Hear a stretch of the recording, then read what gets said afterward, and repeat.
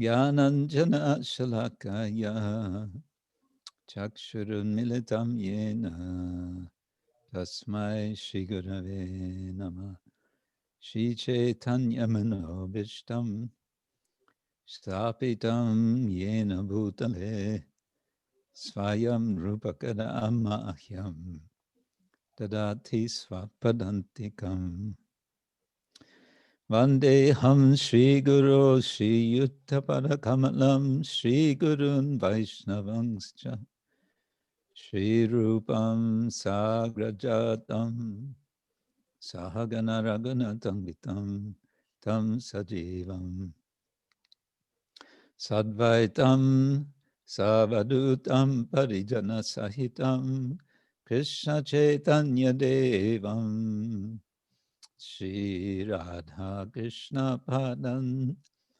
Sahagana Lalita Shri Vishakhanvitangscha Nama Om Vishnu Padaya Krishna Prasthaya Bhutale Mate Bhaktivedanta Swamin Iti Namine Namaste Sarasvati Devi Gauravani Pracharine Nirvishesha Shunyavadi Paschatya Deshatarine Vancha Kalpatarubhyascha Kripa Sindhubhya Eva Cha Patitanam Pavanebhyo Vaishnavebhyo Namo Namah. He Krishna Karuna Sindhu Dinabandho Jagatpate Gopesha Gopika Kanta Radha Kanta Namostute Tapta Kanchana Gaurangi Radhe Vrindavaneshwari Rishabhanu Sute Devi Pranamami Hari Priye Jai Shri Krishna Chaitanya Prabhu Nityananda Shri Advaita Gadadhar Shivasadi Gaura Bhaktivinoda Hare Krishna Krishna Krishna Hare Hare Hare Rama Rama Rama Hare Hare Hare Krishna Krishna Krishna Hare Hare Hare Rama Rama Rama Hare Hare. Welcome everyone to Saturday Sanga, broadcasting from Łubno, Poland, Sadhu-bhavan, and broadcasting to, I see, all the way to Beijing and to south of Mendoza and places in between. Thank you all for joining and taking this time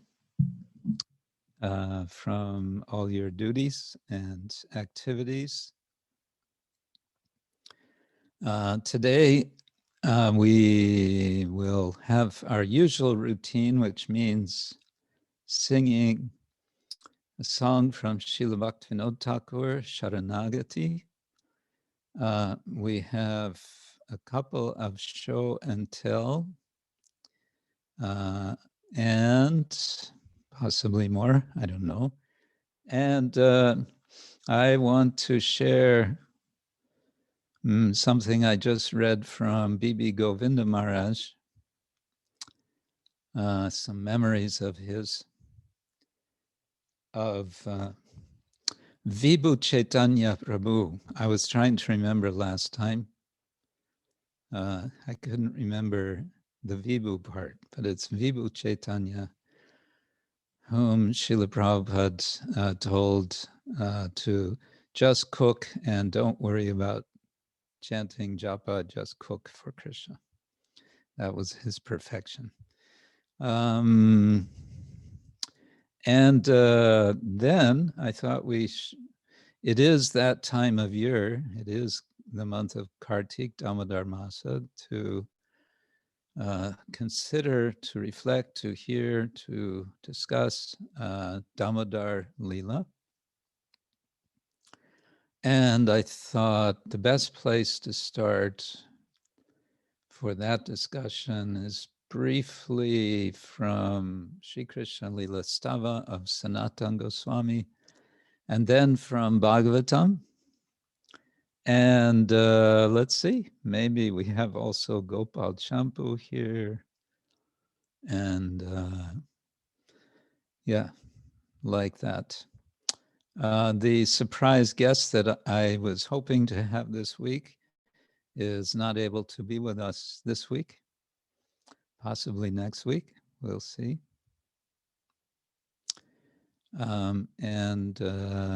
That's about it for now. Okay. So, singing time. This is from the section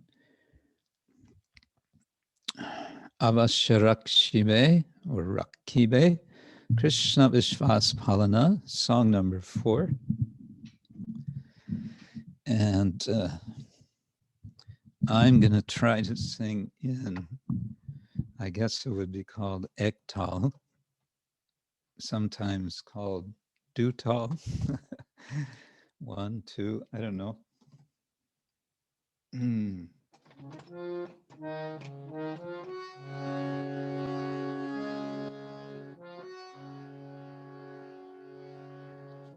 Chorato Purusa a-abhimān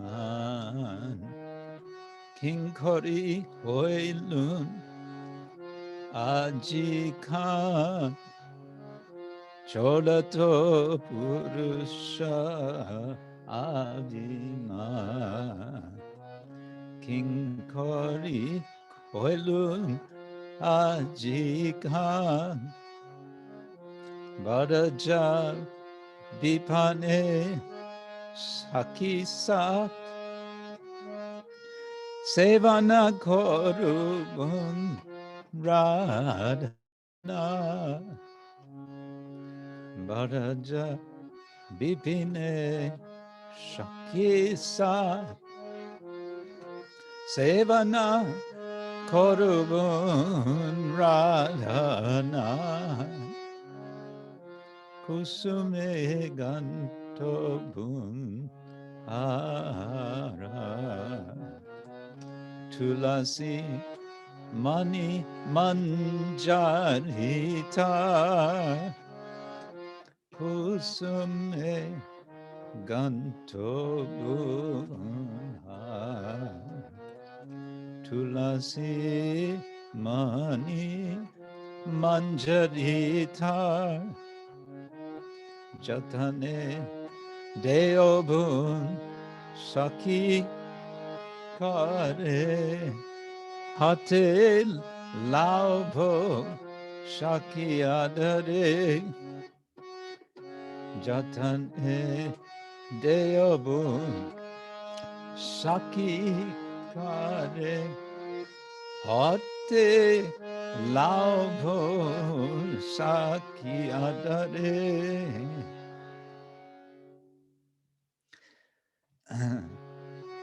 sakhī-dibo tua dukkha gale durato herobun kutu hole sakhī-dibo tua dukkale durato herobun kutu hale sakhī-kare shuna sundari roha rahobi kunje mama kiņkorī sakhī-kare shuna sundari rahobi kunje mama kińkorī kanto vimala mano-hārinī niti niti rādhā-Krishna vimohinī ganto vimala mano-hārinī niti rādhā-Krishna vimohinī tua rakhana-bhāra tua rakhana-bhāra hamara mama kuñja-kutir tohara tu rakhana-bhāra hamara mama kuñja-kutir tohara rādhā-mādhava-sevana-kāle rahobi hamada antarale rādhā-mādhava-sevana-kāle rahobi hamada antarale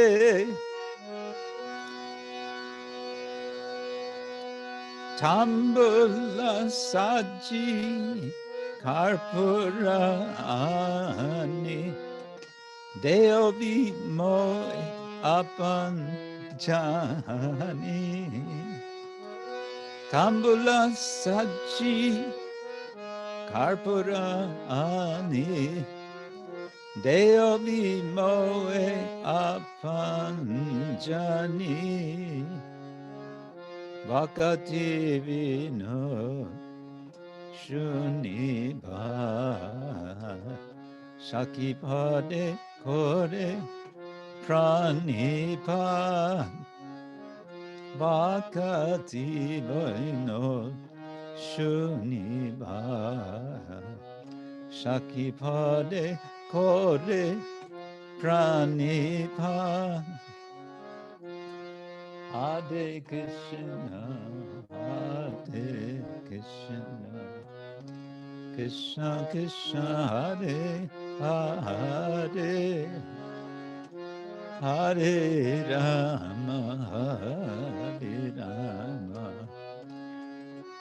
Rama Rama, Hare Hare, Hare Krishna, Hare Krishna. Krishna Krishna Hare Hare Hare Rama Hare Rama Rama Rama Hare Hare Hare Krishna Hare Krishna Krishna Krishna Hare Hare Hare Rama, Hare Rama, Rama Rama, Hare Hare, Hare Krishna, Hare Krishna, Krishna Krishna, Hare Hare, Hare Rama, Hare Rama. Rama Rama Hare Hare Hare Krishna Hare Krishna Krishna Krishna Hare Hare Hare Rama Hare Rama Rama Rama Hare Hare Hare Krishna, Krishna Krishna, Hare Hare, Hare Rama, Rama Rama, Hare Hare, Hare Krishna, Krishna Krishna, Hare Hare, Hare Rama, Rama Rama, Hare Hare, Hari Bo, Hari Bo, Hari Bo, Gora, Hari Bo, Nitai Gora, Hari Bo, Hari Bo, Hari Bo, Gora, Hari Bo.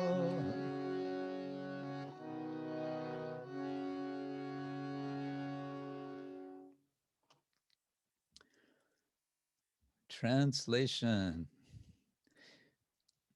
Gone is the vanity of male egoism, O Kana.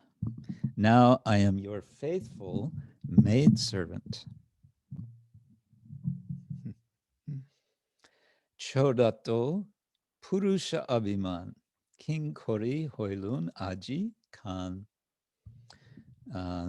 This is again addressing Krishna, Lord Krishna, who's here referred to with the nickname Kana.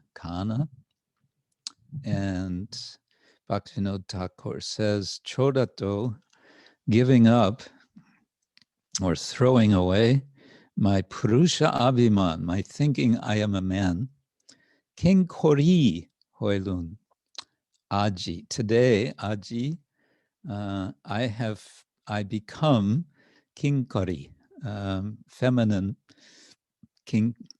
Male would be kiņkara, and this is feminine kiņkorī. Excuse me. From the Sanskrit question word kim, what, and karana or karun, or karya actually in Sanskrit, what is to be done?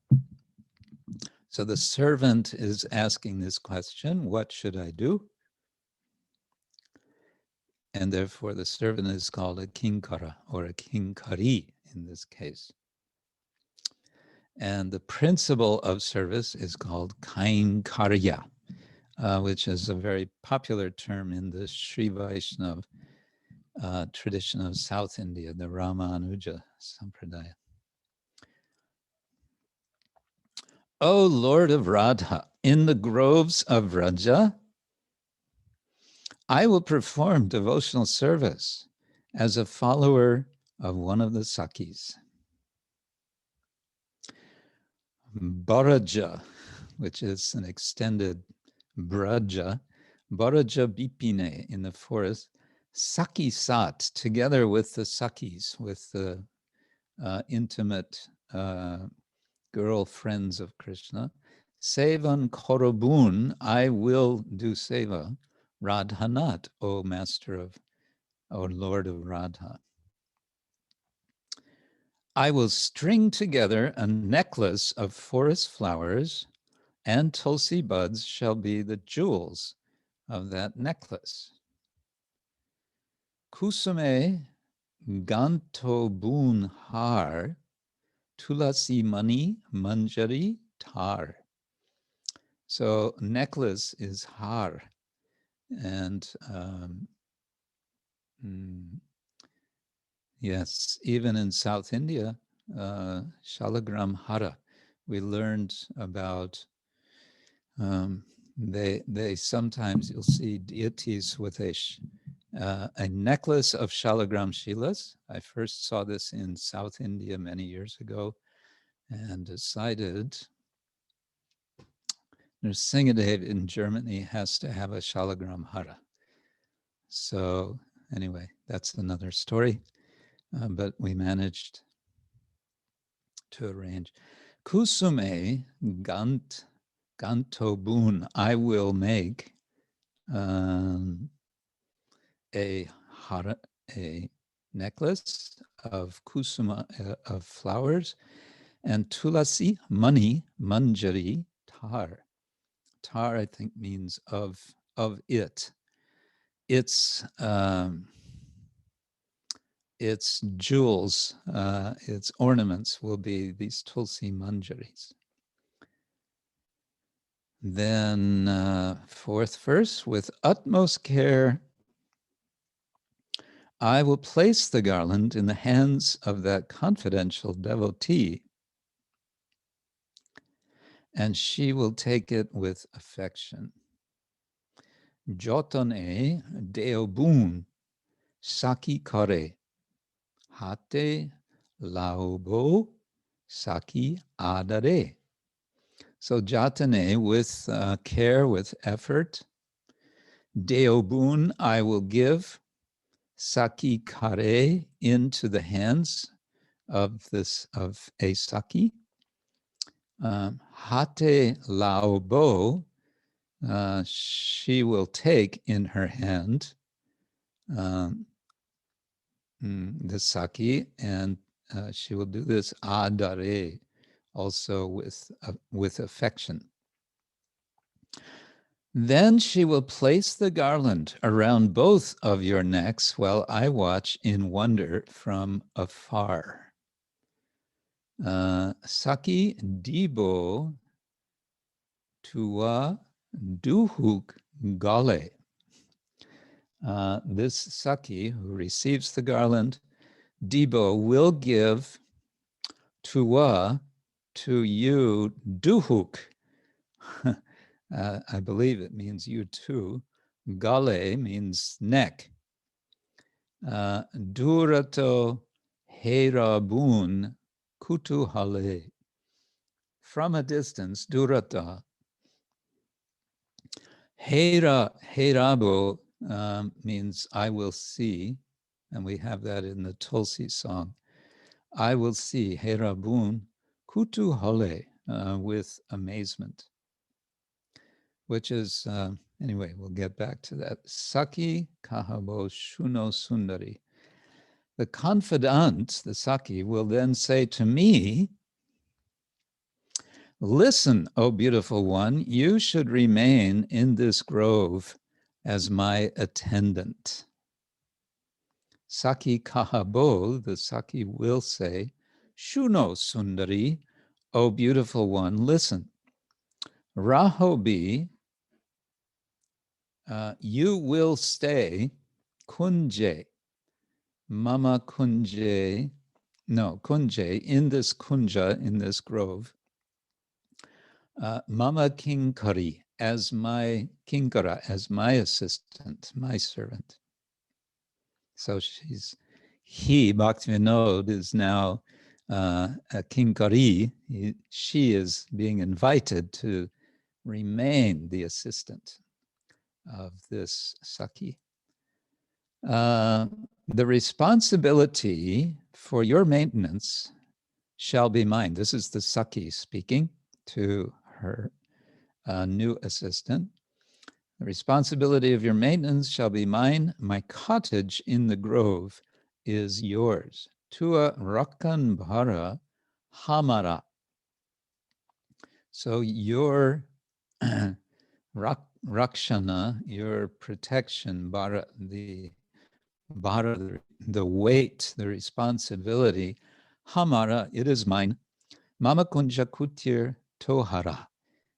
And my grove cottage, kuñja-kut tohara, is yours.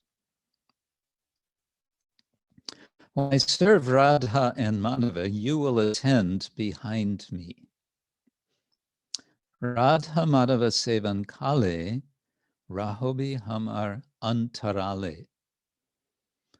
So at the time, kale, of my service to Radha-Madhava, rahobi, you will stay, hamar antarale, behind me, on my, how to say, in a possessive form, hamara, my back, so to say. After preparing tambula and bringing camphor, you will give them to me, knowing me to be yours. Tambula sajiya, karpura aniya, deo bi moe apan janiya. So preparing tambula, which is pan for chewing, karpur aniya, and bringing the camphor, Deo you will give moe to me, knowing janiya that you are mine, apan. And finally, the signature verse, Bhaktivinod, having heard all these instructions, bows down at the lotus feet of that confidential Sakhī.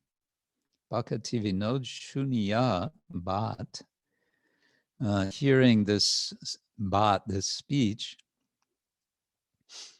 Sakhī Kare, he makes obeisance, pranipat, at the feet of this Sakhī, this unnamed Sakhī.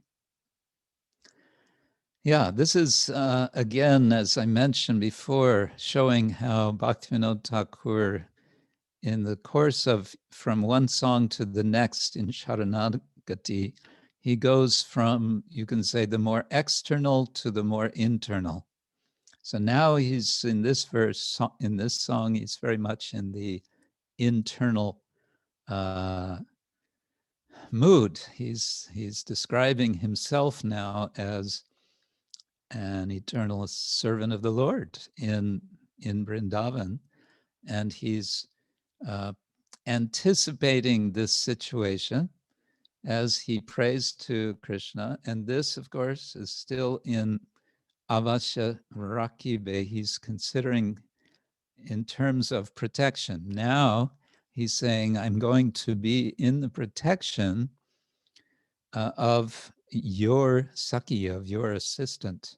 I will become the assistant of your assistant, and she is inviting me to remain with her. She says, Tua rakhana-bhāra hamara. The responsibility of your protection is now mine. I thought it's interesting and a little curious that the garland that he prepares and gives to the Sakhī to then give to Radha and Krishna, she then puts around the neck of both together, apparently. Sakhī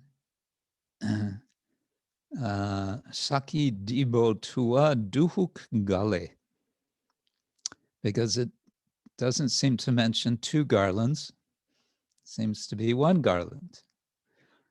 So we can picture that situation as very sweet.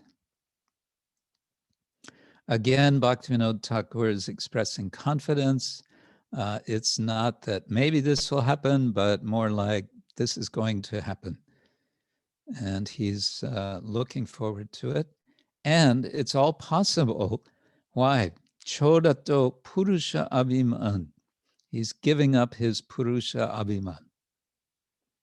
He's giving up his thinking,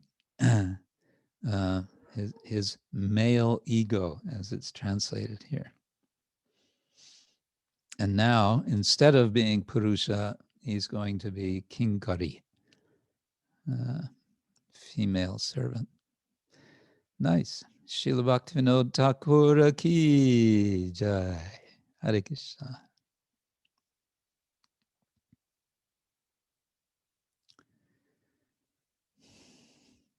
So I suggest before we start with, I think we have a couple of presentations, if you can give me 1 minute during which you can all say hello to each other as you wish, I'll be right back.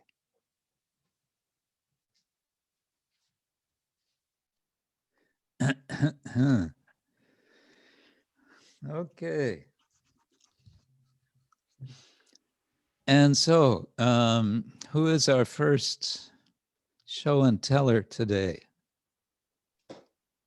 Krishna Guru Maharaj, Pracharananda Prabhu was supposed to be, as you said, so I don't know if Is he here? I can't see him under regular names. So maybe he's under some other name which I don't know about. Didam. Doesn't seem to be here. Nope, I don't see.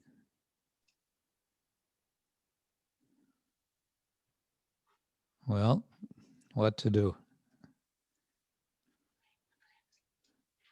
Okay, then we can continue with next. Yeah. The Dharmamai Mataji raised her hand, so I don't know if she wants to share something. Dharmamai Mataji, can you unmute yourself?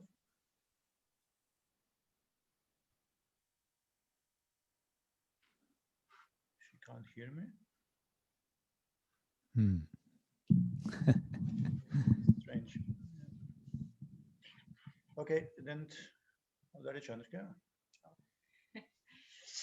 Hare Krishna, Guru Maharaj, and all devotees. Hare Krishna. I feel a little bit of stage fear right now. I would like to share, just in short, I'm reading a beautiful book, Two Fingers Short, from Shubha Vilas. I don't know if someone knows that book. And it's amazing how Krishna, this month is really special, because last 14 days I'm really thinking about, because of my business, what I'm doing, I really need a website. So I'm quite thinking, to advertise myself like this. This was my meditation the last 14 days. I mean, the last few days especially. And just today, when I was reading this, I found out that Krishna is also advertised himself and the spiritual world in the Damodara Ashtakam song. So in the third verse, so I would like to share. It's really in short, but it's so inspiring that I said that I have to tell this to all of you. So the verse 3 from Damodara Ashtaka, we all know it goes. Iti drik swalila bir ananda kunde swagosham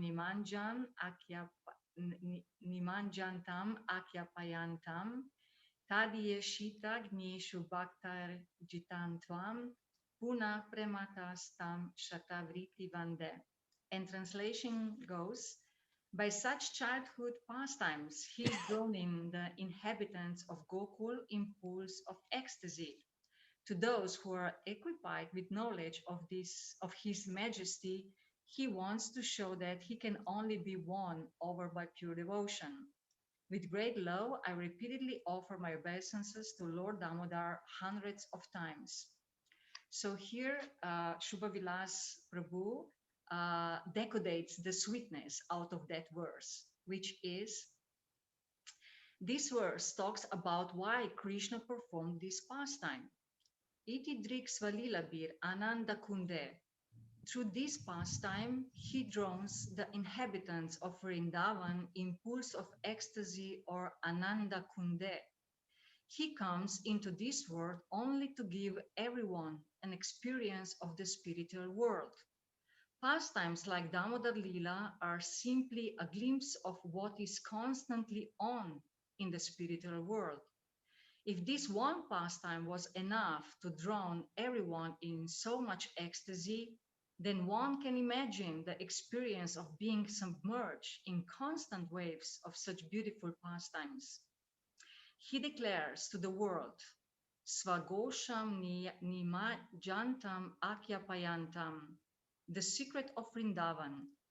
Just as advertisement is needed to sell products by creating demand, Krishna is advertising to lure people into entering the spiritual world through Damodar Leela.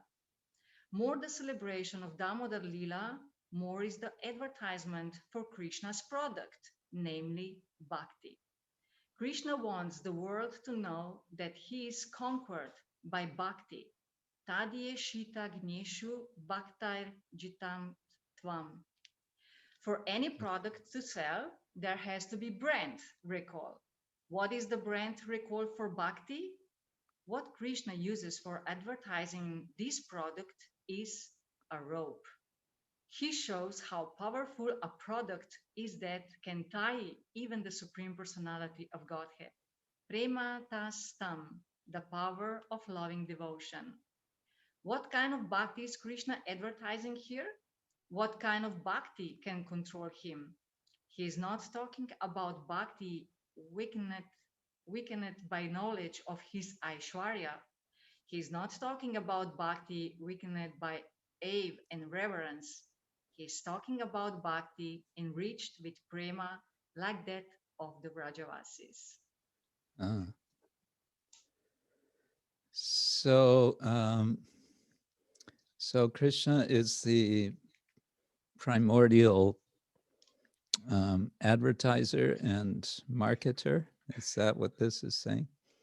Yes, I never heard in such a way, Guru Maharaj, that Krishna himself is advertising the spiritual world through Damodar Lila. And Yeah. what is the product and what is the advertising? Yes, it was Yeah. so nice to hear. Nice, thank you. I noticed it was mentioned there, this sort of, it's a form of reasoning that if this one Leela is giving us so much pleasure, so much bliss, how much more there must be in the spiritual world constantly. So there's a technical term for that, kaimutya nyaya. Kaimutya nyaya. The logic of, it comes from kim uta, what to speak of. So if we have, 1,000 złotys, because I'm in Poland, then within that, of course, we also have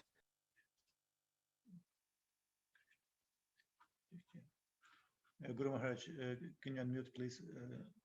I accidentally muted you. Can you please unmute?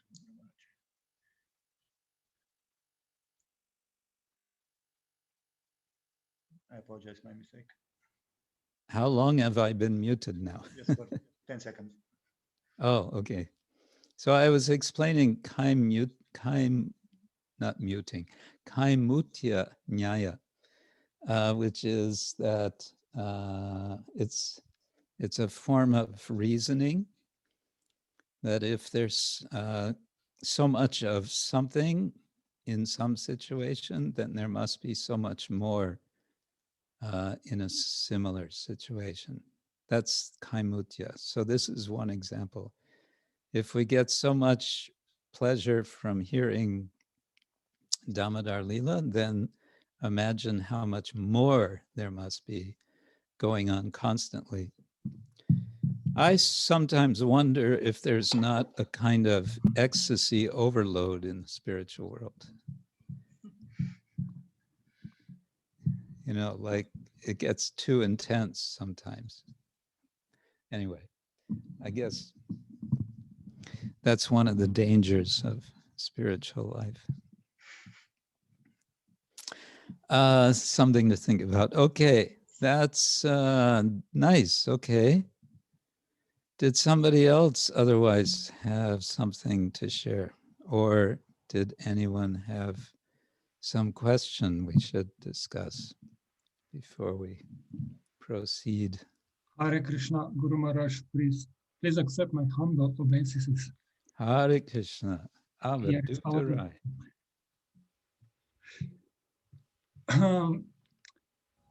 I don't have much courage, but I would like to tell 2 short stories, if it is allowed. Okay. About Krishna. All right. One is about the Gopas, and it is giving a picture how Krishna actually, he's the Supreme Personality of Godhead, but his pastime is to us, from our viewpoint, a little bit contradictory. Anyway, that brings some sweetness, it seems. at least. Anyway, the pastime is like this. Krishna is playing all day with the gopas, and in the evening he say, "Oh, my dear friends, I have to now go home. My mother was calling me." And then they say, because they really become angry, "Oh, your mother was calling you in the morning, in the noon, and the afternoon also. And now you remember in the evening time that she was calling you when we have to hide and you have to find us. All day long we were looking for you to find you. Now it's our turn. You cannot go." "Yes, but my mother will not let me in the house." And then Madhumangal say, "Well, we also have our mothers and we know how to convince them. And listen, if you really want to go home, okay, you can go home, but don't think that next day we will allow you to come with us to play. You cannot play tomorrow with us if you want to go home." So the Supreme Personality of Godhead is puzzled what to do. He who gives intelligence to all his devotees, he who is the source of all knowledge, all the Vedas, now doesn't know what to do. And of course, because he likes so much his friends and likes to play with them, he decides to stay with them. The other story is about Mother Yashoda telling to Krishna actually, "Krishna, you had to read Shastra." "Shastra? What is that Shastra?" "Well, books. You have to read books, the scriptures." "And why should I read scriptures, Mother?" "Because there is a description of Bhagavan." "Oh, and how he is? How is he?" Mother Yashoda say, "Well, he's Vibhu, he's great." And then Krishna is asking, "And what I will get if I know how is that he is great?" And Mother Yashoda is saying, "Well, you will get mukti." Krishna is opening his eyes. Mukti? And what after mukti? Mother Yashoda is saying, "Then you will become happy."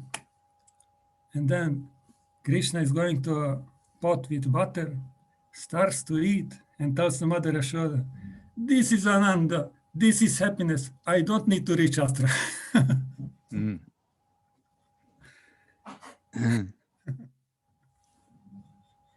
Indeed. That's all.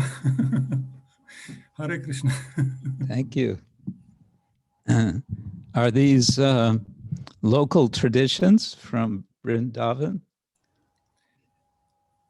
I did hear this from the lecture of Amarendra Prabhu, Uh-huh. but he didn't tell whether it is local. All right. Okay, thank you. I'm being asked by Brihaspati and Amelia to tell the story of how Nrsingadev got his Shalagram Hara in Singachalam, Germany. So, okay, briefly. Opportunity came in 1987 to go to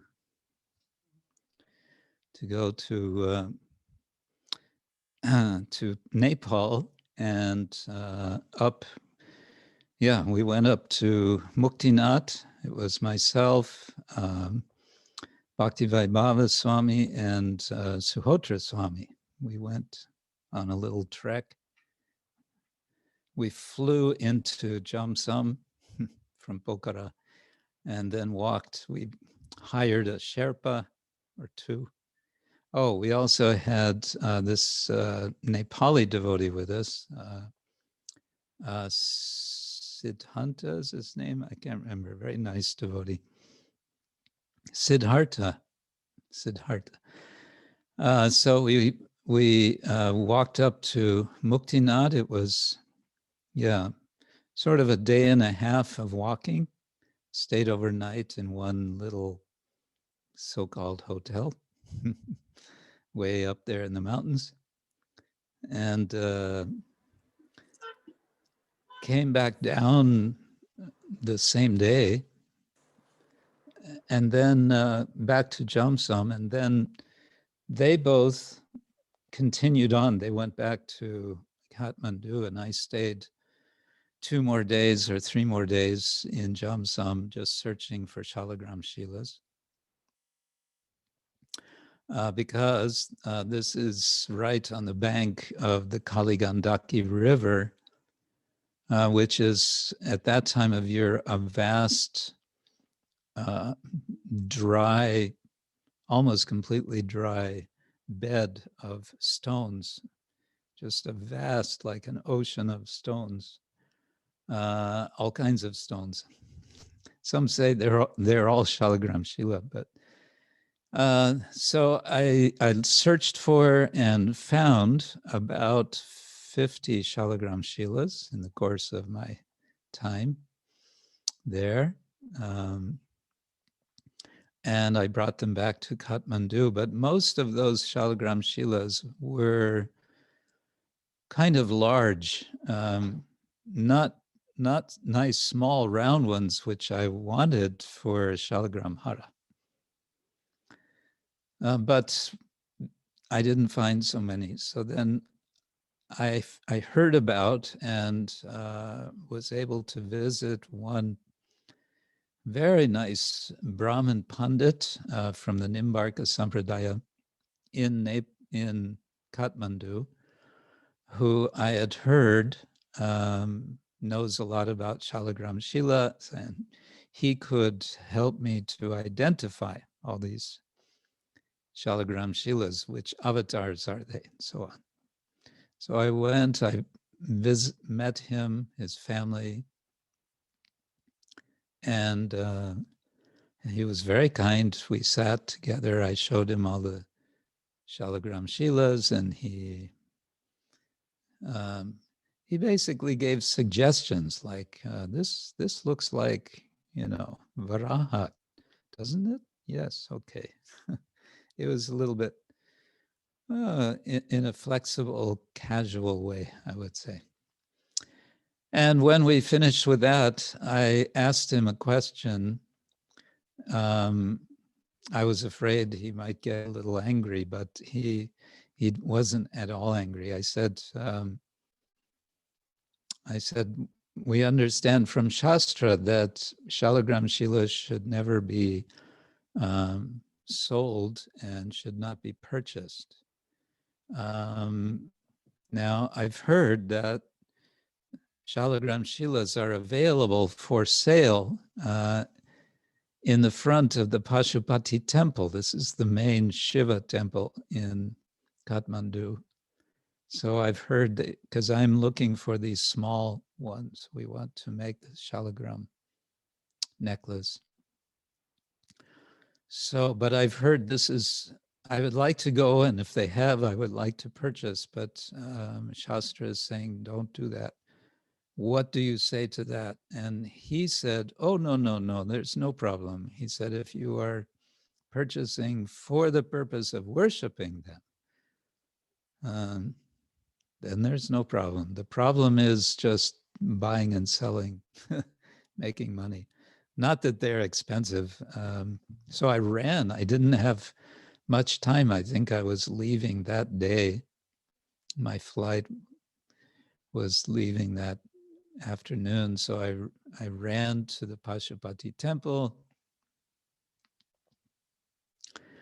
And sure enough, there were these stands, just little tables with the shopkeepers in front of the temple selling all kinds of things, including I saw Shalagram Shilas, and they were selling for so cheap. And they were like 15 rupees for one. And, So I immediately bought, I guess it would have been all 53 that we put into the hara eventually. So I bought up these shalagram shilas. I guess the shopkeepers were very happy. And yeah, eventually brought them all back.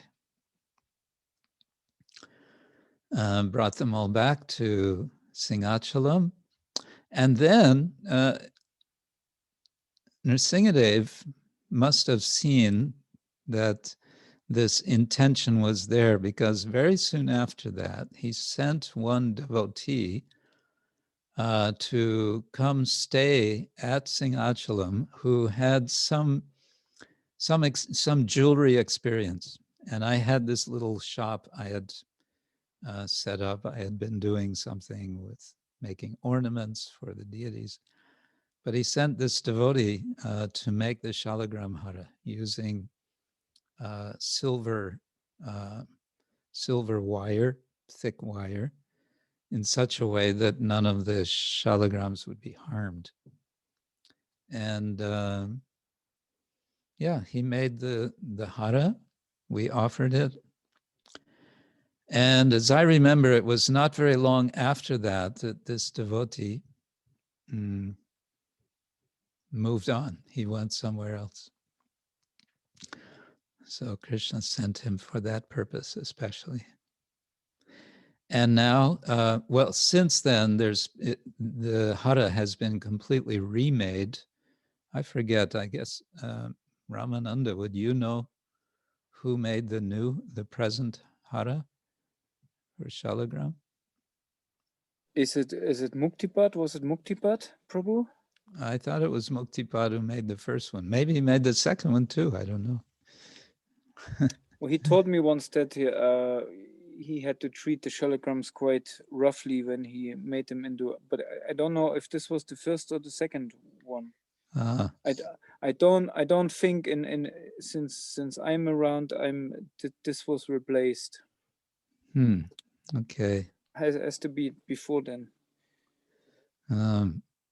Maybe we have to consult with Narahari. She will know.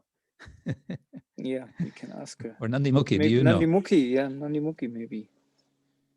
I also thought it's Muktipad. Because he was there during this time when I remember one Shila was getting loose from the necklace, from the hara, and he was fixing it again. Okay. Maybe I didn't get the full story. I was thinking he completely replaced the whole thing. But anyway, so everyone is recommended whenever you get opportunity, whenever any of us get opportunity to travel again, go visit Singhachalam, or better yet, now I'm going to make a little promotion, which Ramananda Gopal will like. Better yet, go and plan to stay there for a longer period of time and help with the worship of Nrsingadev. How's that?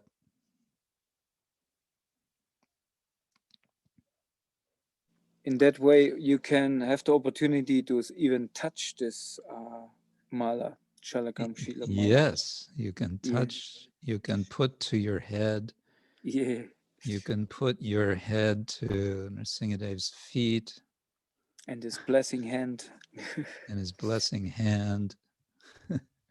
Maharaj, how was the story of the big Shalagram Shila? Because some devotees say, oh, because he has not an open mouth, he's more like Kurma. You have any thoughts about this?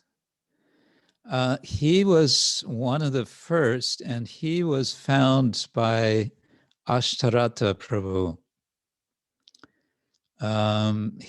Ashtarata was one of the, not the first, but one of the first Western ISKCON devotees to go up there to Kaligandaki and and search for and find Shalagram Shilas. And he came back with this quite large Nrsimha Shalagram plus, I don't know, maybe not all, but several of the other Shilas, which are now in Avantoya, in Golokadam. Yeah. Yeah. Was this big Shalagram Shila, was it identified as Nrsimhadev, or was this Astarata Prabhu said that's Nrsimhadev? Oh, that I don't remember, but somehow we all felt this is Nrsimhadev. And I can say also from this Brahmin that we met in Kathmandu, and then later, I think Padmanabh Goswami from Radha-Raman temple, and possibly one other. I've had the distinct impression when they would identify a Shalagram Shila, it was not according to some hard and fast rule that, yes, this is absolutely, must be X, Y, or Z. But it was more like, yeah, looks kind of like, yeah, kurma, why not? Huh? So it was more like if your inclination is to worship that way, then the Lord who is, we also understand that all Shalagram Shila are Narayana. And as Narayana, then they can accept worship as any particular form. And as I understand, Gopal Bhatta Goswami, that famous time of Nrsimha Chaturdasi, the day before Radha-Raman appeared, he was worshipping Nrsimhadev in the form of one of his Shalagram Shilas. And to my knowledge, it was not identified as specifically a Nrsimha Shalagram Shila, but on that day, he was worshiping as Nrsimhadev. So, in any case, he has a very big mouth, even if it's closed. Yeah. Yeah, I say also that Nrsimhadev in Simhachalam is more peaceful, therefore his mouth is closed. Exactly.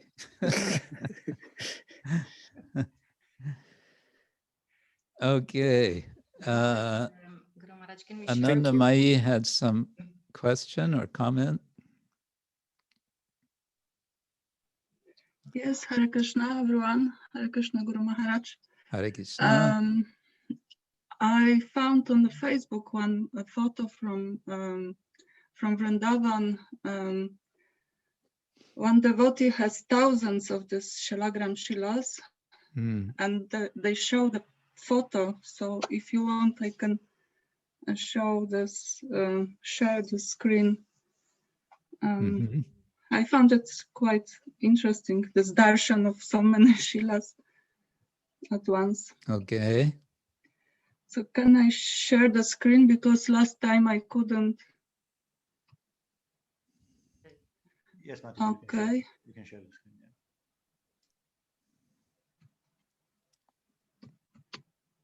Yeah. You can see this. Ah, yes. This is from Vrindavan. An ocean of Shalagram Shilas. Yeah, painting them.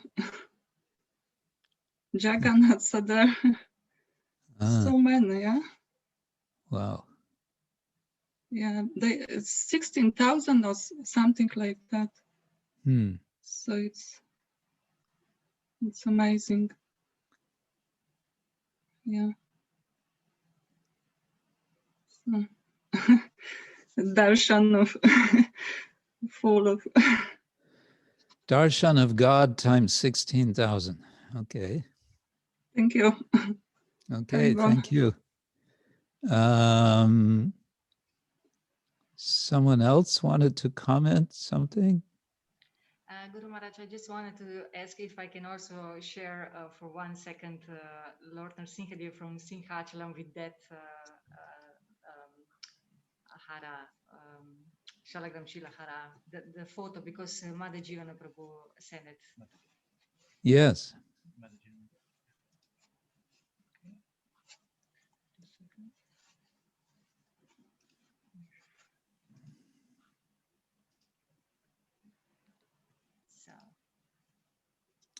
Ah, yes, very nice. Shri Shri Prahlad Lakshmi Nrsimhadev ki jai.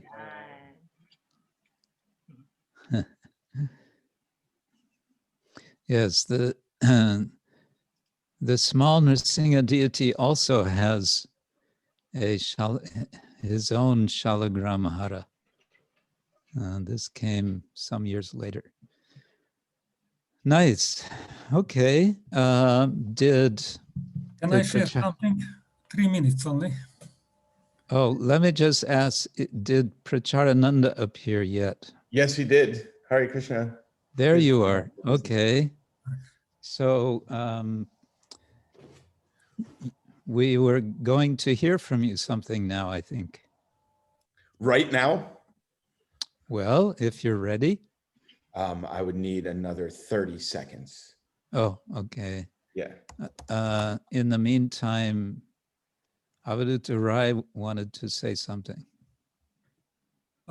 It is a movie about one Muslim speaking about Krishna, and I don't know what to think about that. It is in connection with the past conversations about. So I don't know if you would like to see. I can share on that. Well, I wouldn't mind, but I'm doubtful that it's going to work technically. I don't know. Especially with speech, it may be difficult to get moving video with speech through Zoom.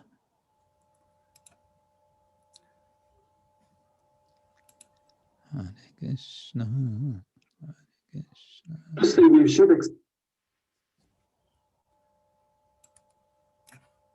expect to see, therefore, as you're saying, rightly so, a prophet, or prophets even in India. And of course we do.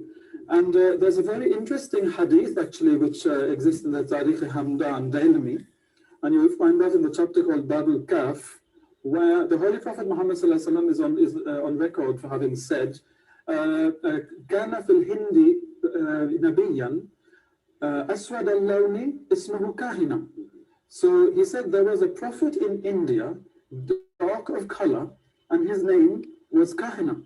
Now this is the Arabic pronunciation of the name Kanhaiya, Kahina, Kanhaiya, which is one of the names of Krishna. As we know, our Hindu brothers and sisters called Krishna also Krishna Kanhaiya. Now this is, so he's saying that that was a prophet, a great prophet of God in India, so great that the Prophet ﷺ actually mentioned him. So this is to show that Krishna was indeed, although he is worshipped by Hindus today, he was a historical figure and he was a prophet of God, without a shadow of doubt. If you study his teachings, you will find that there is the teaching of the unity of God and of doing good to your neighbor, etc., exactly as was preached by the other prophets. And so we see that even the Holy Prophet Muhammad ﷺ mentions him, after which no Muslim should say that Krishna is just one of the deities of the Hindus. No, he's a person just like Christ, who was Sayyidina Isa Islam, who was a historical figure, but who was later worshipped by his followers. And there was another claim which was made here, which you mentioned, and it is that there is no mention in Hindu mythology that Krishna will return again. This is such a, how would I say, a basis statement to make, and it only reveals total ignorance of the teachings of Hinduism and of the holy books of Hinduism. One of the favorite, if not the favorite, verses of the Bhagavad Gita, which is in chapter 4, as verses 7 and 8 of the Bhagavad Gita, which is recited and chanted very often by Hindus, is actually a great prophecy showing that Krishna would come again. And in those verses, it is said, Yada yada hi dharmasya glanir bhavati bharata abhyathanam adharmasya tadatmanam srijamyaham paritranaya sadhunam vinashaya chadushkritam dharma samsthapanarthaya sambhavami yuge yuge. And the meaning of this is a very powerful prophecy made by Krishna. He says, whenever and wherever there is a decline in religious practice, O descendant of Bharata, and the predominant rise of irreligion or an absence of religion, he said, at that time I myself descend to deliver the pious and to annihilate the evil ones, as well as to re-establish the principles of dharma, meaning of religion. I myself appear, yuge yuge, meaning age after age, millennium after millennium. So this is where Krishna, and this is why the Hindus believe that as we are now in the Kali Yuga, so we're in the period of darkness, where sin abounds and irreligion abounds, they're awaiting Krishna. And so this was a true prophecy, and this is why. Hare Krishna. Thank you. Interesting. He sounds like a bhakta. Imam. Yeah. I wonder which specific tradition he's from. He mentioned that there's something in a hadith. The hadiths are stories about the Prophet Muhammad, which they're not quite as authoritative as the Holy Quran, but they do carry a lot of weight, as I understand. So yeah, that's very interesting. Krishna is all attractive. Okay, Pracharananda, are you there? I am here. Am I on mute? No, I'm not. I am here. Shall I just... Where are you? I am in Gainesville, Florida, which is in the north middle part of Florida, for those of you who have seen Florida on a map before or have been here. And maybe you can tell us who you are. I'm Pracharananda Das. Who am I? That is a profound question. Yeah.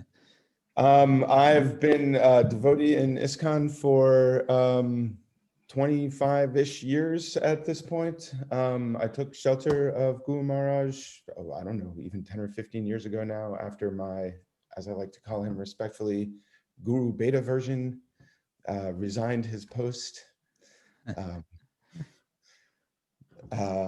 And you've just moved down from Canada.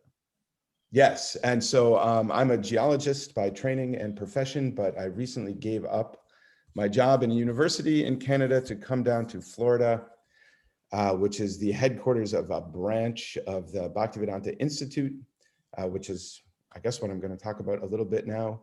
But then in the process of doing that, I also accepted a job here as a math and science teacher in the local Gurukul. So these things are very much related. And I was going to talk a little bit about that too, if that's okay. Sure. Yeah. So, yeah, the Bhaktivedanta Institute was founded by Srila Prabhupada in 1975, very much focused at that time explicitly on this question of life comes from life.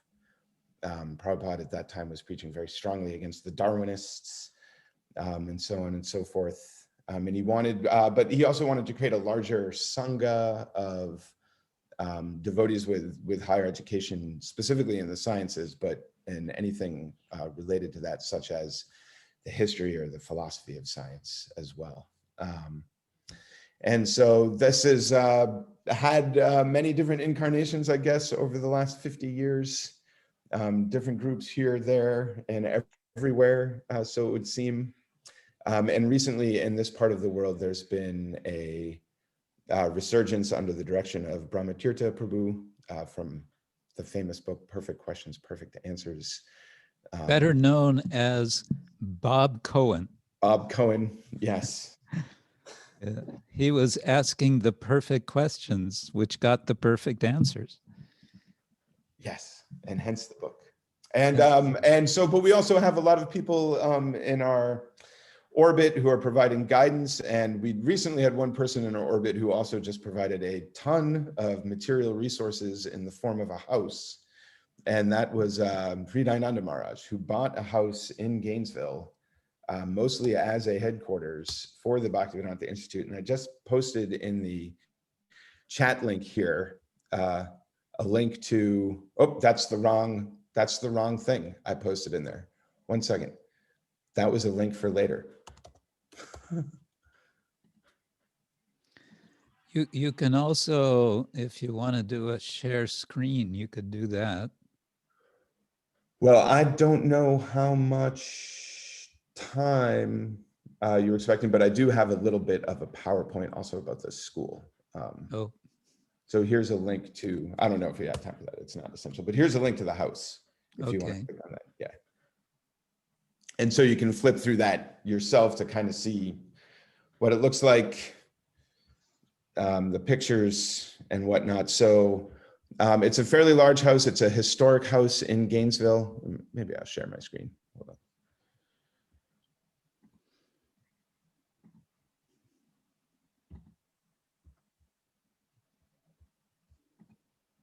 There we go. Yeah, so this was a house that was built in 1928 by the president of the University of Florida at the time. His name was John J. Tigert.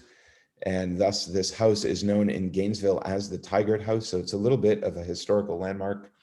It's on a pretty quiet street in a nice neighborhood. It's a residential neighborhood, so we're a little bit limited in its use. But you can see that it's very spacious. Along with the house, we also have had donated to us in the last couple months about 5,000 books. So we have a few very large libraries that we've taken possession of.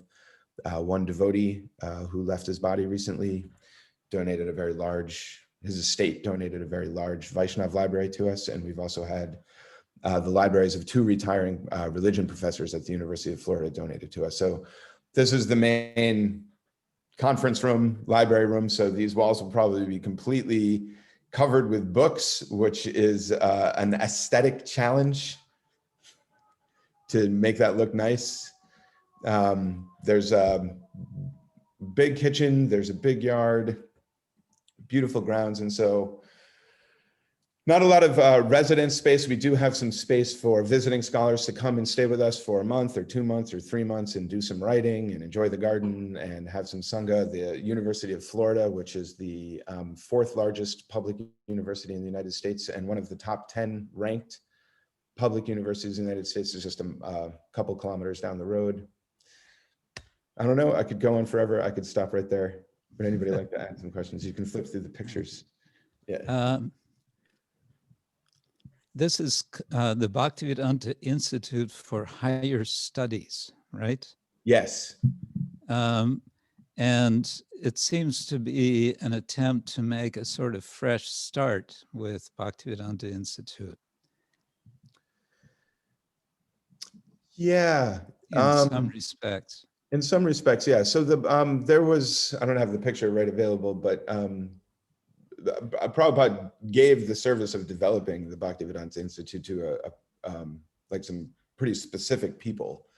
Like it wasn't just a random order that he gave. He instructed a few different people to lead this charge. And after Srila Prabhupada left his body and ISKCON began to develop on its own, it was kind of split into 2 camps, I would say, although they were not really at odds with each other. They just had sort of different strategies for executing the mission. And that was one through Swarup Damodar, Bhakti Swarup Damodar Maharaj, and the other through Sadhuputta Prabhu, who lived here in Gainesville for most of his life. And so Brahmatirtha, Bob Cohen, was one of the people that Prabhupada instructed to carry on with this. And so Brahmatirtha, he's a little bit older now, he's retired, he's looking for a hobby, I guess, in his later years. And so he's retaken up this mantle sort of in the line of the work that Sadhuputta Prabhu was doing. Yeah, but what are the immediate projects that are being undertaken with this? Well, the first real event that we're going to have here, we're having in a couple of weeks at the end of November, and that is a cosmology conference in which we've invited, I think, about 30 people from around the world who have done research in Vedic, Puranic, Siddhantic, and modern cosmology to a conference called Memes, Maps, and Models, oh my, where we're looking, yeah, you can including guess. Including the last, oh my? Oh my, yes. You can take a guess at who came up with that title. And so that's a 2-day conference in which we will discuss what are those three things, memes, maps, and models. And what do they have to do with descriptions of Bhumandala and the vertical dimensions of the Bhagavatam? And what is ISKCON's role and ISKCON's scholarly role in this discussion, which has actually been going on for at least 1,500 years, as far as we can tell, regarding how to relate what we can observe about the universe with what is described in specifically the Puranas, as opposed to, Jyotish Shastras. Yeah. Yeah. Which is exactly also, to tie this into the other thing, if we have time, which is also exactly what we're teaching in the Gurukul right now, because the first lesson they have, the first semester, is astronomy. And so it's interesting to see the difference between the way an adult with a fully developed mind and decades of experience in the world puts these things together versus someone who's 12 and doesn't really know anything other than what their parents have told them. So do you want to take that as a cue to say something about the school? Yeah. Am I still sharing my screen here? Let me share something else. Whoops. Zoom functioning. Here we go. So very briefly, because I don't want to take up everybody's time.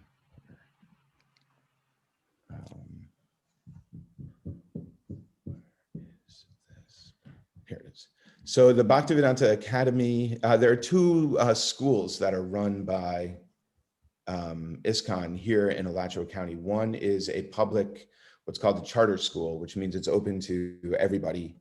And there are many, it's about 50-50 split between devotee families and families from the overall community. So the devotees are providing educational services to the broader community, which I think is pretty cool. And the school is pretty well respected, but the Bhaktivedanta Academy, or the Bhaktivedanta Academy North America, is the quote Gurukul, where there's also Vaishnava studies involved in the curriculum directly. And so the purposes of the school are to gain spiritual insight, is to help students understand who they are and what their relationship with Krishna is, to flourish intellectually, so they have the intellectual skills to engage and compete in the modern secular world, to help them grow emotionally and engage in healthy and meaningful social interactions, and also to help them maintain physical fitness. So I'm teaching math, science, and physical fitness here. Oh. Yeah, they've brought me on physical fitness because of my knowledge of martial arts, which is not anything I'm teaching these kids right now. They need to chill before they can do that. Anyway, and so the academic curriculum here is run through what's called the International Baccalaureate Program. The International Baccalaureate Program is probably the leading international secondary school program. So this is considered high quality stuff all over North America, Europe, many parts in Asia, especially Southeast Asia, and then into the Far East, Japan, Korea, as well as throughout Africa now. This is expanding. So not only are these kids getting a high quality devotional education, they're also getting a top tier academic education. And I can share these slides with people. I don't want to read all this text, a little bit about the BI. So they take 9 classes, which is a lot. And there's a goal to really want to try to integrate this stuff. And so it's not like now is science class, now is history class. You know, science and history are deeply intertwined. And so we also want to help them understand those relationships. Everybody's got to wear masks. There are 2 classes. There's a 7th and 8th grade class that I'm teaching. And then there's a 9th and 10th grade class that I'm teaching. And so the 7th and 8th graders right now are learning about astronomy. I'll skip this. I don't want to bore you guys. You can ask questions if you're interested. So anyway, what we're doing, and so within the IB program, there's a way to formulate a lesson plan. And so it has a topic and it has a context of why they're learning this. And then there are concepts within that context that we want them to learn. So here the topic is cosmology. And that's related to orientation in time and space. Who are we and where are we and when are we is also a question that we could ask. And so the concept that we're exploring here are relationships. And so, oops, I didn't complete my PowerPoint changes over here, but we're looking at patterns and evidence, and we're looking at how the patterns of energy in the universe can tell us or can teach us about who we are and where we come from. And so we have 2 different sets of patterns here, and we're exploring the difference between them. And so we explore it on a factual level, and this is like the academic education. What is really the evidence that supports the Big Bang Theory? I think devotees to a large extent like to, you know, use the Big Bang Theory as a bit of a straw man in our preaching without really understanding the details of it. And so at the very least, we should be scientifically literate. So we teach them some of the details of that. And then we also teach them about the concept, and the concept here is technology, and how technology has changed our understanding of our place in the universe and also changed our relationship with the universe. So because of technology, in my opinion, you know, technology has removed a lot of the personalism in the universe. We don't see the moon as a personal being anymore because the way we view it through technology makes it appear to be a cold rock. And so that can bring up scientific debate. And so the debate that we're focusing on here is, can the scientific method alone reveal all the deepest truths of the universe? And if I can just share one more screen real fast, I can show you. Yeah, oh, so very strict COVID rules here. Treat your mask like your underwear.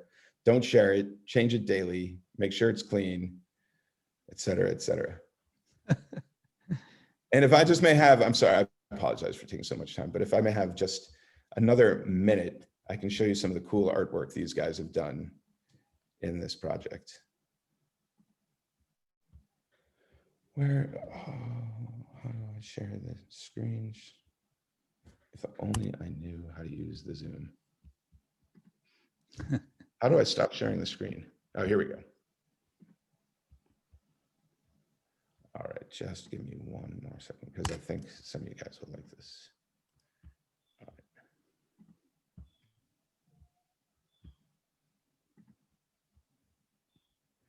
So I've had them draw art that represents Bhumandala, and there's some scientific value to doing this too, is they're learning about scale, they're learning about geometry, they're learning about exponential growth, all kinds of stuff by mapping Bhumandala. And so I've asked them to draw a scale model of Bhumandala as it's described in the Bhagavatam, and then to compare that with what we know about the universe using scientific methods, telescopes and the like. And these are just some of the examples that have been done by 7th and 8th graders. So this is the inner rings of Bhumandala with Jambudweep in the middle and all the various oceans. And then they quickly realized they're running out of space here. And so this person chose to go onto the backside. And so the gray part here is everything that's on the front side.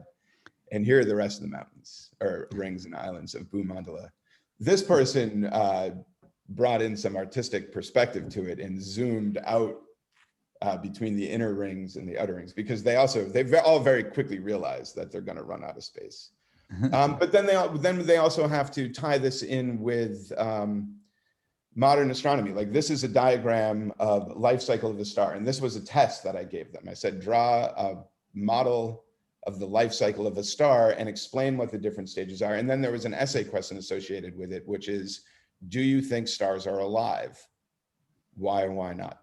So this has to do with this idea of relationships and understanding how patterns of energy provide evidence as to who we are in the world. So these are some pictures.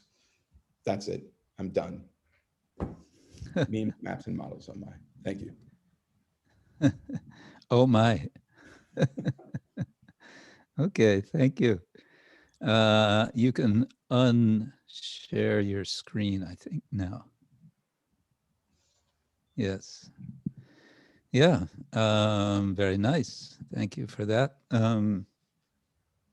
What was I going to ask? Oh,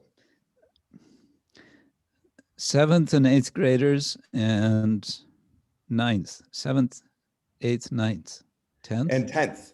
And 10th, yeah. Yeah. Do you feel like these kids are, how receptive are they? Are they getting into it, what you're teaching? Yeah, I think they're mostly game. I think so. The 9th and 10th graders, I'm teaching biology and geometry. And it's school, you know, they don't like to go to school, of course. And with the pandemic, it's extra difficult because we need to keep the classes separate. So we only have each class half time during the week, and the rest of the time they're online, which is very challenging as an educator. But they're mostly game. They're very sheltered. They don't know what awaits them in the broader world should they choose to go out there. And you know, why would they bother in Alachua? But yeah, no, they're great kids. They're all brilliant and gifted in their own ways, and yeah, not without adolescent behavioral issues. Right.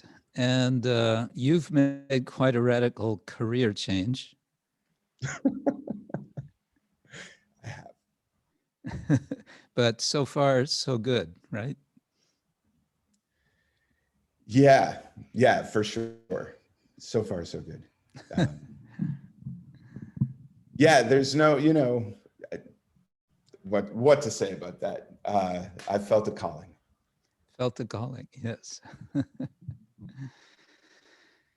Okay, well, all the best. And we will be hearing more in due course of time. Yes, and please, all of you, please come visit once the airplanes start taking off again across the ocean. Yeah. Okay. Good. Okay. So time is flying by, and we're hardly. Oh. I wanted to read something from His Holiness Bhaktivedanta Maharaj, or Swami Maharaj, and specifically to do with Vibhu Chaitanya Prabhu. Because I always had this, I was very struck when I first met Vibhu Chaitanya Prabhu. He was the cook in Vrindavan. This ties in a little bit with our ongoing theme of the Holy Dham, because we are appreciating that the Holy Dham is the place of holy people, of the devotees. And one such devotee we were remembering, was it last time or the time before, was, I think last time was His Grace Vibhu Chaitanya Prabhu. So Bibi Govinda Maharaj is telling about Vrindavan 1977. This was, Srila Prabhupada was preparing to depart the world. And Maharaj is saying that he took up opportunity to cook at this time in the temple. And he was also a pujari. he would do anything to be able to get in the kitchen and do some service there. So he said he would just go in and cook and cut sabjis. And sometimes he would get opportunity to cook 1 or 2 preparations for Krishna and Balaram.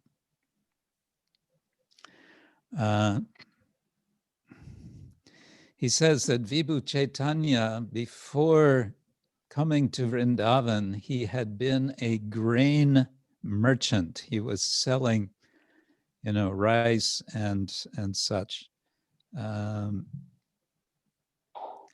And that he had never cooked in his life prior to coming to Vrindavan.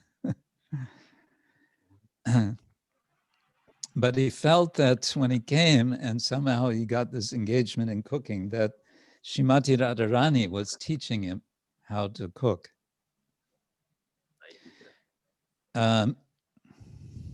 Says he would be already in the kitchen by Mangalarti. He said at that time there was no gas for cooking. It was all done with coal. So Mangalarti, he would come out of the kitchen. He would have darshan of the deities from the temple room. And I vaguely remember this also. He would come out, offer obeisance, and then he would go right back in and he would start the fires for the cooking right after Mangalarti. And then he would cook all day. He says maybe he took 1 or 2 hours break in the afternoon, but otherwise it seemed like he was just cooking and cleaning. And then he would leave the kitchen late at night.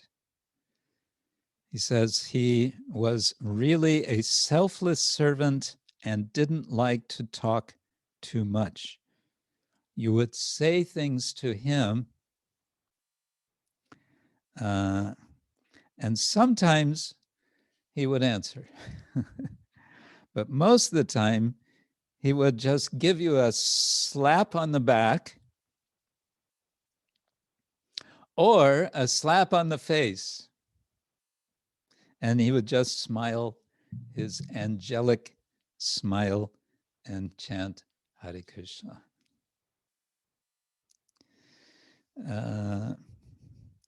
He says sometimes Vibhu Chaitanya, who was an older gentleman, would have some trouble with the younger Bengali boys. Vibhu Chaitanya, I believe, was also from Bengal.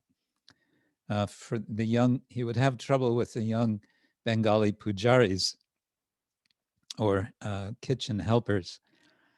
But Vibhu Chaitanya, the worst thing that he could say about about such a boy was, "Oh, he is a very bad boy." That was the worst thing he could say.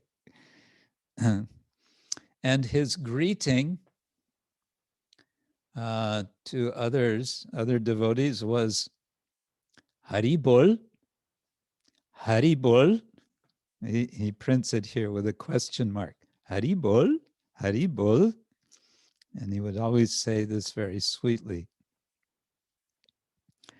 And Bibi Govinda Maharaj says that in the morning, or sometime he would go by behind the kitchen of the deity room is this small passageway behind the temple where you can walk to do parikrama between the guest house and the temple. And Maharaj would call out. He knew that Vibhu Chaitanya is in the kitchen. The window there would be open, I think it's a small window, and he would walk by. Maharaj would call out, Hari Bol, Hari Bol. And sure enough, Vibhu Chaitanya would call back, Hari Bol, Hari Bol. And then he tells about when he was living in the Gurukul.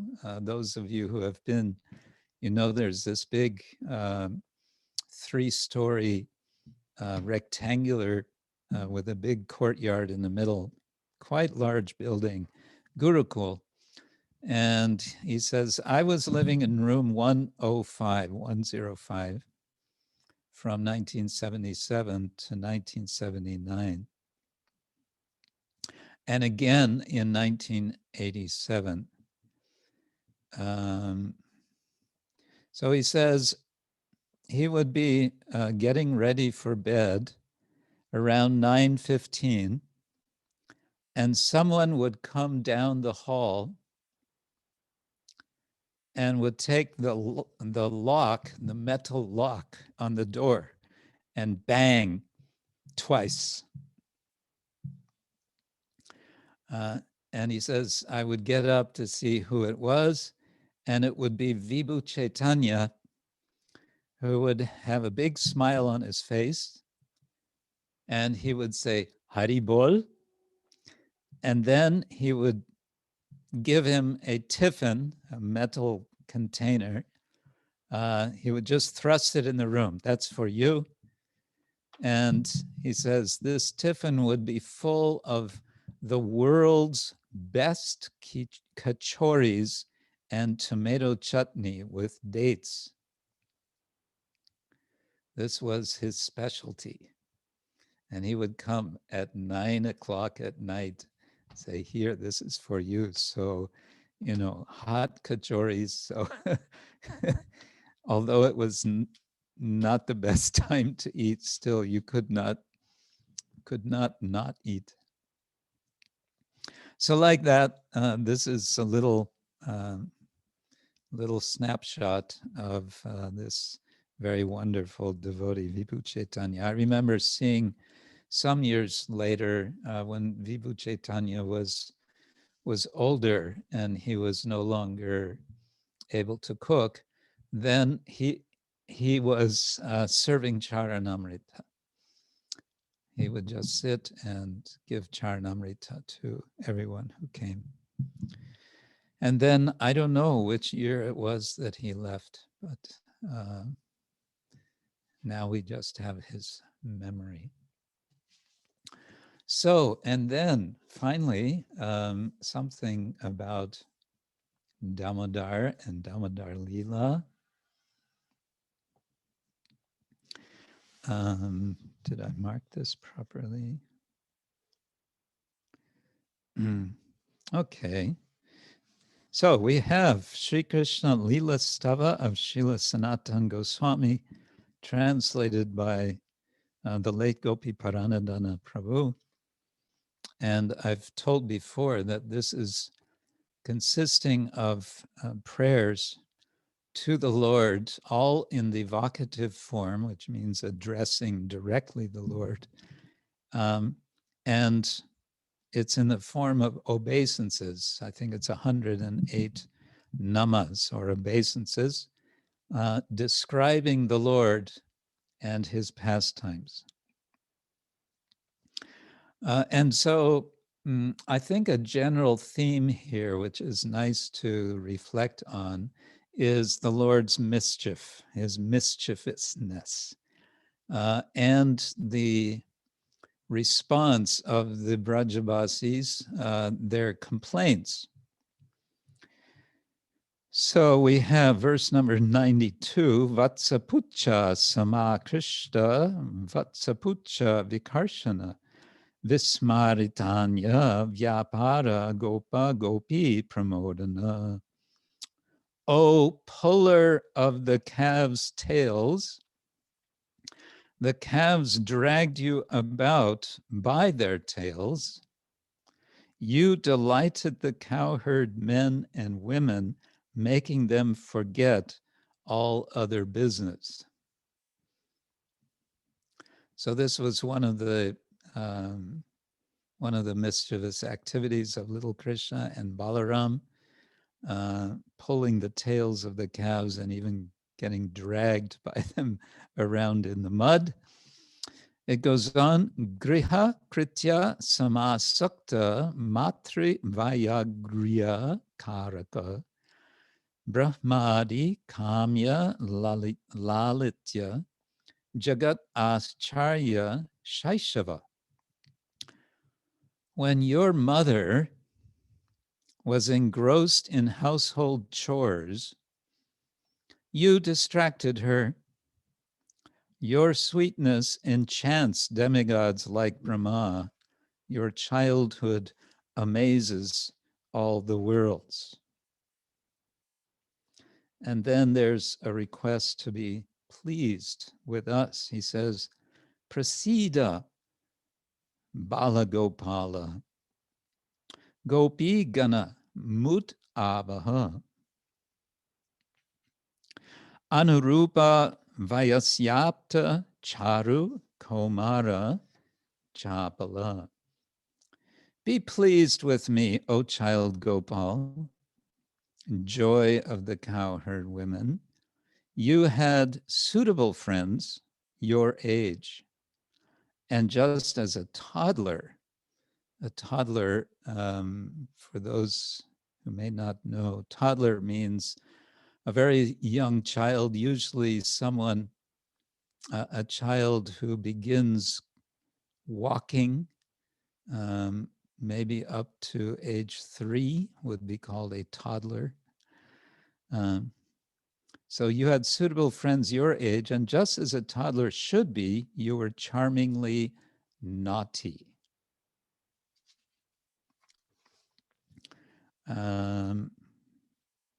Let's see. Yes, chapala is being translated here as naughty. Naughty is also a word commonly used with regard to small children. When they do something mischievous, when they do something bad, we don't say they are bad exactly, but they are naughty. And every mother and father knows about the naughtiness of their own children. So charu komara chapala, charming naughtiness of the toddler, komara. So that's in preliminary, you can say, anticipation. And there's some also anticipation of what we might want to call the main pastime in the Bhagavatam. In chapter 8 of Canto 10. Some of these verses, there are several different meters of verses in the Bhagavatam. And this is one of the longer ones. And I wasn't able to get the name of the meter, but it's very sweet. And it's giving something of the feeling of what is going on in the verse. It gives a flavor of what's happening, what the verse is describing. So it goes something like this. Vatsan munchan kvachida samaye krosha sanjatahasa steyam svadvatyata dadipaya kalpitai steya yogai markan bokshan vibhajati sachen nati bandang binnati dravyalabhe sagriha kupito yatyupakroshyatokan. It has a certain jerkiness flavor, and that's because, you can say, of what's being described. These are the friends of Mother Yashoda complaining or in any case, let's see what they say. Our dear friend Yashoda, your son sometimes comes to our houses before the milking of the cows and releases the calves. And when the master of the house becomes angry, your son merely smiles. Sometimes he devises some process by which he steals palatable curd, butter, and milk, which he then eats and drinks. When the monkeys assemble, he divides it with them. And when the monkeys have their bellies so full that they won't take more, he breaks the pots. Sometimes, if he gets no opportunity to steal butter or milk from a house, he will be angry at the householders, and for his revenge, he will agitate the small children by pinching them. Then, when the children begin crying, Krishna will go away. I was thinking we can imagine the news headlines.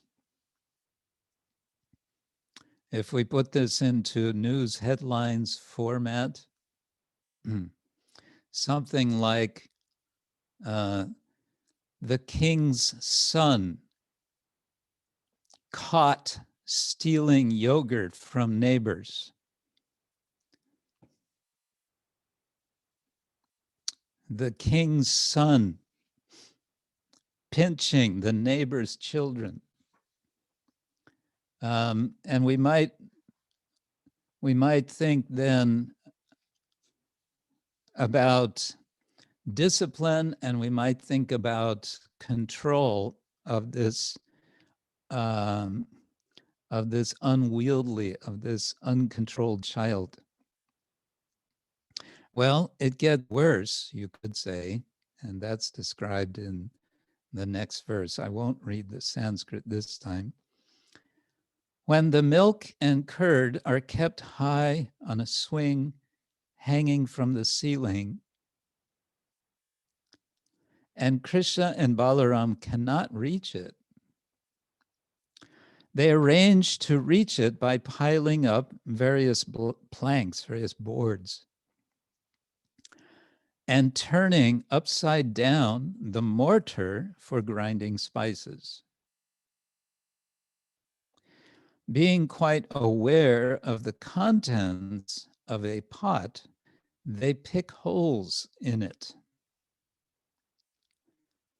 While the elderly gopis go about their household affairs, Krishna and Balaram sometimes go into a dark room, brightening the place with the valuable jewels and ornaments on their bodies, and taking advantage of this light by stealing. And of course, this is the great sin of Krishna, that he is a thief, for which we celebrate. Now, before going on with the Bhagavatam, let's see how Srila Jiva Goswami elaborates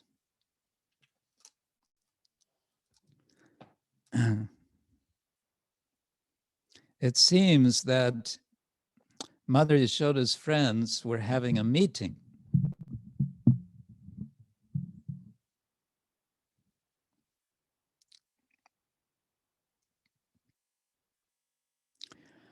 And Jiva Goswami tells us that their purpose in having this meeting was to increase the bliss of Mother Yashoda.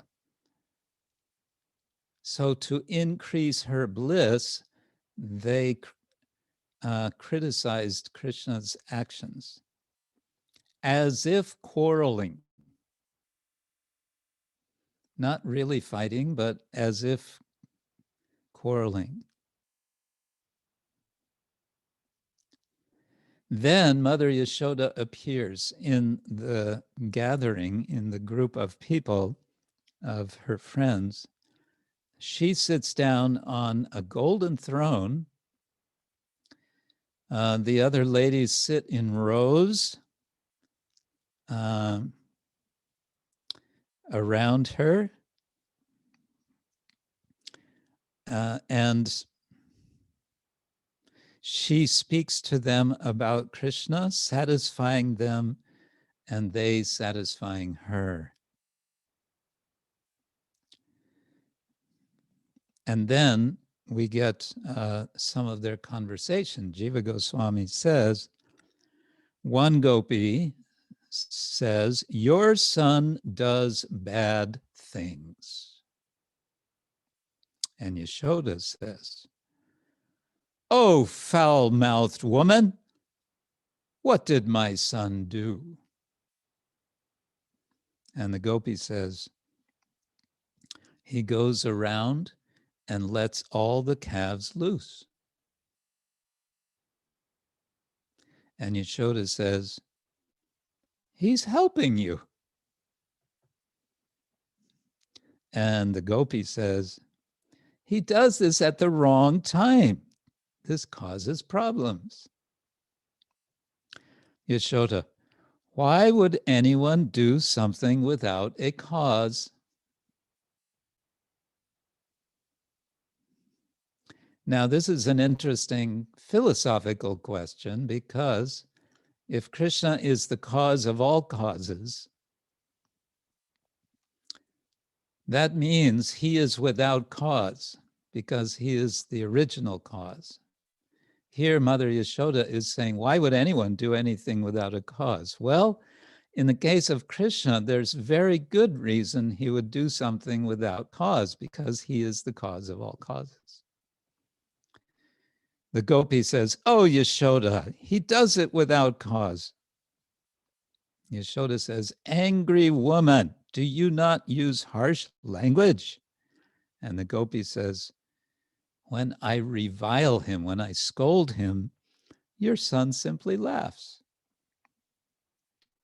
And Yashoda says, if you have nothing else in the house, just give him some water and you can control him. Okay, the gopi says, he goes from house to house stealing and then eats the stolen goods with relish. He's enjoying what he eats. And Yashoda is still not accepting any of this. She says, ignorant woman, is it proper to give such evidence? It's almost like, this is not polite. It may be true, but it's not polite to say this. And then the gopi says, your son is the guru for all methods of stealing. And Yashoda says, liar, everything you say is impossible. So Mother Yashoda seems to be in denial about what is going on. And the gopi goes on complaining. She says, if we place the food high, he climbs up. Yashoda says, you can keep milk and other things high up so he cannot get them. The gopi says, from far away, he pokes holes in the milk pots. Yashoda says, how does he know the pots have milk in them? And the gopi says, he is expert at guessing. Of course, we're speaking about Krishna is all-knowing, so it's no problem for him to know that there's milk in the pots. The gopi says, he's expert at guessing. Yashoda is still denying. She says, he is not like that. And the gopi says, he knows how to do everything in stealth, which means in a tricky way. Yashoda says, you can hide everything in secret places. The gopi says, because his body acts as a lamp, it is impossible to hide anything in dark places. So here the gopi is not referring to his jewels, but to his body as being luminous.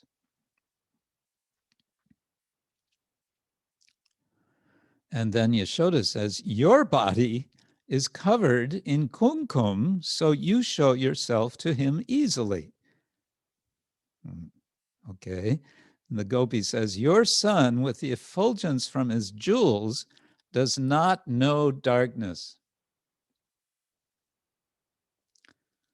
And this may remind us of what Krishna tells Arjuna and all of us in Bhagavad Gita, Tesham eva anukampartam, aham agyanajam tama, nashayam yatma bhavaso, jnana dipena bhasvata.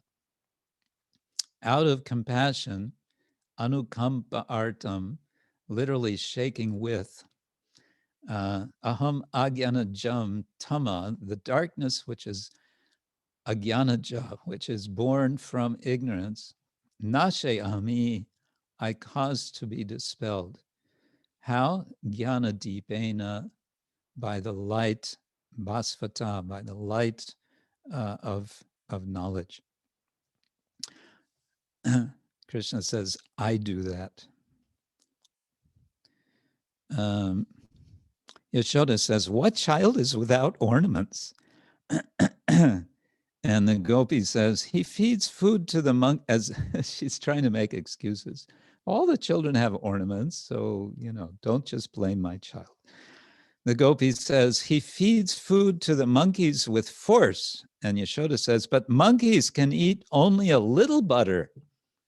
What are you thinking? I think Yashoda's defenses are sometimes not exactly to the point. Gopi, if the monkeys cannot eat, he breaks the pots and says everything is contaminated by the monkeys. Then he makes the babies cry. And then Yashoda seems to think, well, I don't know if I can believe you, because she says, I will ask the head women.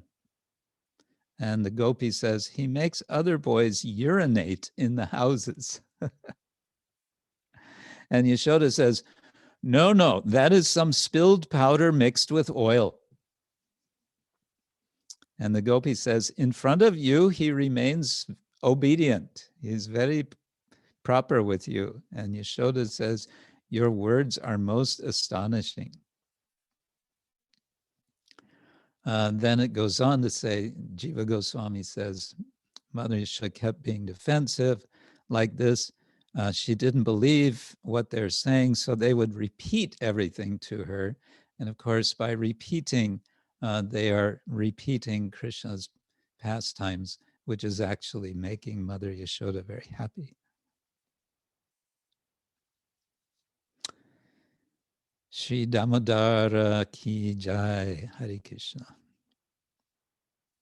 So we've come to that time again. I did want to also, I don't like to end on a sad note, but still I should say that it was quite shocking to hear just last Sunday, just the morning after our meeting, that our dear Sunanda Das, Sunanda Prabhu from Split, has departed this world. It was really quite sudden, I would say.